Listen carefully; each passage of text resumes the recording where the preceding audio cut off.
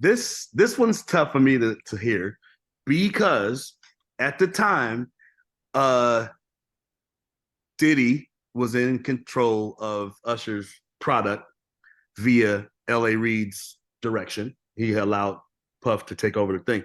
So Puff didn't really like my original version of it, which is a whole nother track, by the way. And it's not in this particular rhythm, this swing beat rhythm. It's a whole nother thing. Puff didn't feel it. So he changed the entire track. And my friend, rest in peace, Chucky Thompson, who I love, was my brother. Chucky did what you just heard. And that long intro thing is a tribute to me because of my intros that I do those pre-intro like I did on Nicole Ray or on anything on SWV's the ballad that opens the album. That was like a tribute, and that's love from Chucky. And but yeah, Puff didn't feel it. Me and Usher and Babyface kind of protested changing it because we liked the original, and Puff went with this version, and it's okay. But again, it's still my melody, still my lyrics, and I recorded Usher at my house in Sacramento, and that vocal that you hear is that, with the additional things that he did with Chucky after. So I have mixed feelings when I hear this version because I have the original version that has an entirely different production.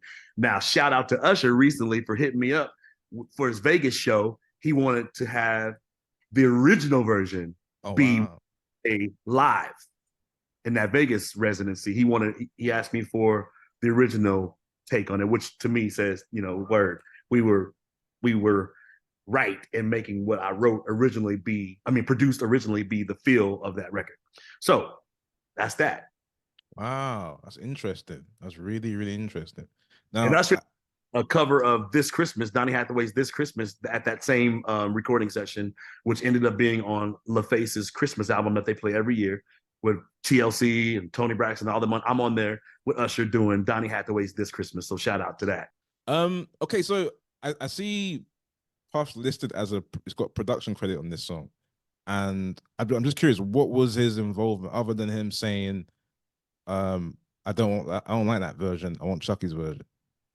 That was his involvement. Right there. Right. Okay. Executive decisions. Should that qualify as a production call though? Like, not my call. That's how those people did what they did back then, is what they did. I come from a school of, you say you produced it, you actually physically did something, but that's not always true. Okay, all right. And you're telling me that I never even knew that he had a production credit on it. But I mean, it makes sense because he was the one in charge of Chucky Thompson and getting him on it. So I mean, that was more of a producer move. Let me just double check that because I'm sure. I'm gonna go to it real quick. I have it here. Where is it? Usher song credits. This is Spotify. All right. I don't know if you guys can see that. You guys see that? Huh. Okay. Yeah. So it says Brian, of course, says Diddy, and then Herb Middleton. Mm-hmm. Who's Herb Middleton? Herb used to work with Puff a lot as a writer producer. Ah, right. Okay. Very talented producer writer.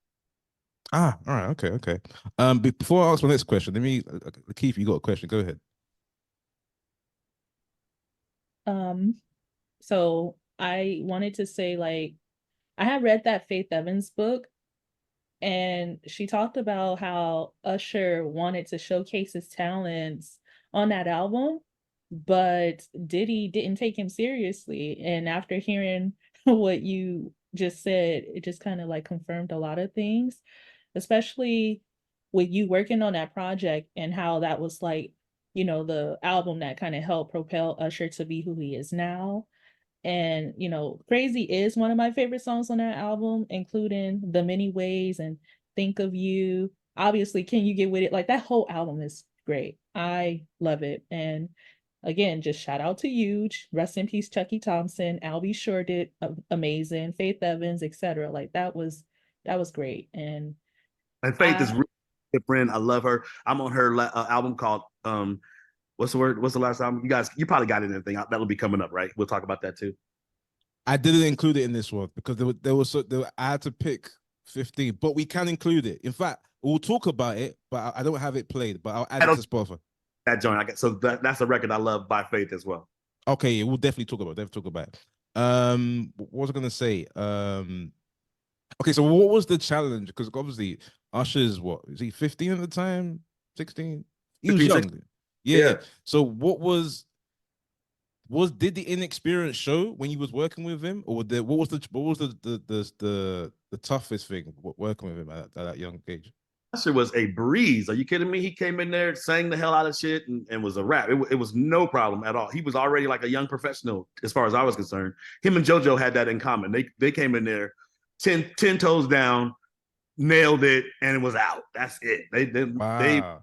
absolutely dope in the studio. Not a problem at all. And he's That- and I, that's why I knew he was going to be dope and dope for a very long time. And oh, so so when you knew then. I could absolutely, I was like, this one's he's the truth. Period. Oh yeah, 100%. And shout out to him for his new single "Transparency," which is amazing. Okay. I think they made that one so dope. But I knew then that Usher was the truth, and I was right. Yeah, yeah, for sure. You might have touched this earlier, but commercially, this album didn't do that great. In fact, as a result of this album, he was at the brink of being dropped by LaFace. So, in your opinion, like, why do you think this album didn't do commercially well?